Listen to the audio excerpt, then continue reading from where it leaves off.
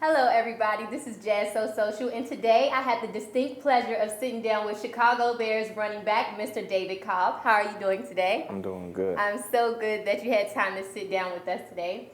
Now, before we start, I just want to ask, what was your dream as a kid? Was it to be an NFL player, or did you have a completely different agenda? I think growing up, just not me, just my brothers, as far as my whole family, were big sports, and my dad, and my uncles, they were all football fans. And Okay.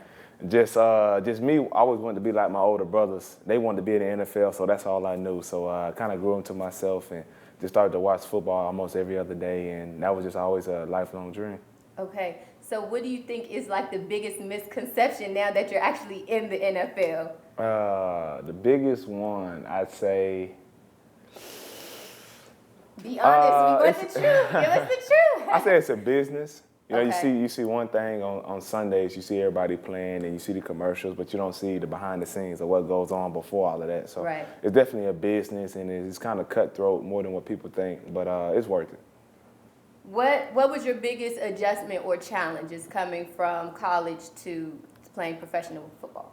I think the biggest thing is I wouldn't say the athletic ability or thing. I would just say getting used to the business aspect. When when you put money into something, it's always a little different. So in college, everybody's just playing and you're not getting paid and it's not big salaries. But when you go to the NFL, it's a little different because money might overweigh a couple other things and a couple other decisions. So the biggest thing was just getting involved and just finding your apartment, just off the field things. It wasn't nothing about on the field, just more off the field things. Okay. So let's fast forward to your preseason game if you're playing with the Titans and you score a touchdown. What is going through your mind? How are you feeling? Like you in there and then you touchdown. Yeah, it was kind of surreal. Kind of felt like it didn't happen until a couple of weeks later. So you kind of just living in the moment, and then the next week you kind of still living in the moment. You just have to keep picking up week after week. So you never really get to sit back and think about it till it's all over. So just looking back at that moment, it was kind of surreal, and you kind of think, am I gonna score? Am I gonna get a chance to score with my family watching? Just all those little things, but it definitely was a blessing. You mentioned your family. How big is family and faith to your career at this point? Big, because like I said, in the NFL, it's more of a business, and one time you could be on the Titans, and then again next week you might be on a different team. So you definitely have to rely on a lot of faith and a lot of ups and downs, and you get down on yourself, but just have to remember to keep your confidence. And you want to do so much to make your family proud and happy, but at the end of the day, they're already proud of you. So that's the biggest thing, just having that family support and not feeling like you have to do too much to make people happy. Moving from team to team, does that put you in a depression? Is it kind of like, okay, what am I going to do next? How does that affect your playing or just your thinking in the NFL? I think me being during my first and second year, just being a younger person, it kind of does. It kind of did affect me a little bit, but at the end of the day, once you figure out your family's going to be behind you, and people still going to support you and believe you no matter what, and that's the kind of thing that gives you kind of like a sigh of relief, and lets you kind of like take a deep breath and go back to doing what you do best. And once you realize that, and you're not doing so much, trying to make so many people happy, you're able to play and perform the way you can. You had a serious injury. How were you able to bounce back from that? Because I know most people, don't talk to me because I'm hurt, or how were you able to bounce back from that? No, definitely. And you get like that sometimes. You don't want to talk to anybody. You're a little hurt. You can't play, and you're at home watching your team play. But for me, luckily, the Titans, they were a good organization, and they were good to me, and they let me heal up and gave me opportunity to come back and play. So for me, in my situation, it worked out good. But sometimes, again, it's a business. It doesn't always work out good. Who would you say your influences are? My biggest influence would probably be my dad and my mom, and that's everybody's answer. But besides them, I'm really closely knitted with my brothers, but more so my cousin Damien on the Cowboys, and we grew up together. He's 6 days older than me. He was my college roommate. We kind of living in the same dream, right next to each other, going through the same things together. So it's always good to have somebody that's it knows exactly who you are, going through the exact things that you're going through. And with him being in the NFL and me being in the NFL, it's just kind of that's the way it went. We always had the same dreams and we were always the same age. So I look up to him. He's so inspiring, and he does the same with me, and we just motivate each other.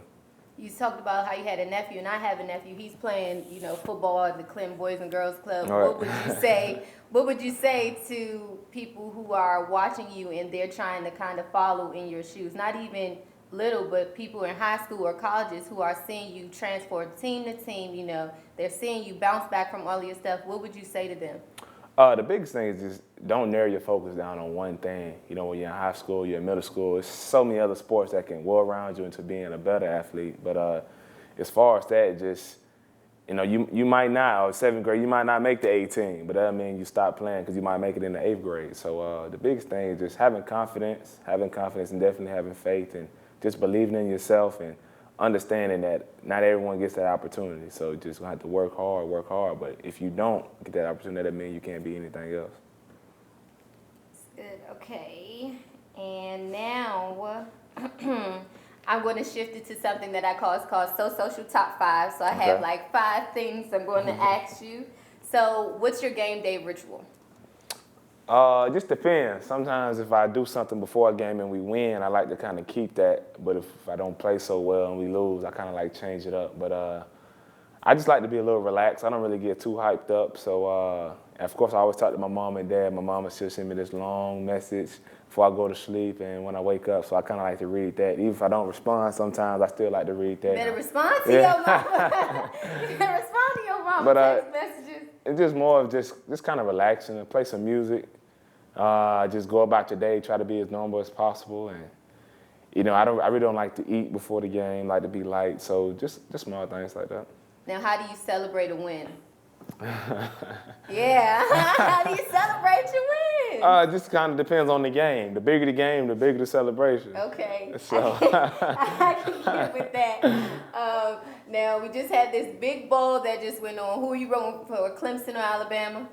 I thought Bama would win, but I was going for Clemson, so I was kind of happy with the result. Okay, and why was that? I think it was just better for the game, and just tired of seeing Bama win. And Clemson, they had a good team this year, and I was a big fan of the quarterback, so that was a good thing for me to see. Cool. Now, are you a person? Would you prefer an ice bath or long drills or drills on the field? Like, would you rather, if you had a choice, would you rather take an ice bath or would you do drills all day on the field? It was that's a good one. I said, depending on who's running the drills and what you're doing. But I think I'm going to go with the ice bath. You're going to go with the ice bath? I'm going to go with the ice bath. That's the first. Who's on your playlist, top 5 on your playlist right now? I'd probably say Young Thug. I'm a Webby fan. Man, I don't know that many. Let me see. Got Young Thug, Webby. I like Chance. You gotta get Chance. Yeah, he's starting to grow 5. on me. I like Chance. Man, I'm kind of lost. You only got 3 in your top 5. That's cool if that's all you rocking with. No, I don't know. I can't think. I might have to get on that. I like Ross. I like Ross and Lil Wayne. Okay. See, Wayne's my favorite rapper, so it's like Wayne. Yeah. I feel that. Do you have any last words or encouraging, inspiring words you want to say to everyone who's watching? Yeah, just, you know, if you got a dream, there's going to be a lot of people and a lot of adversity, but if you got faith and you got confidence and family support, then keep chasing it. This is David Cobb on the Jas So Social chat.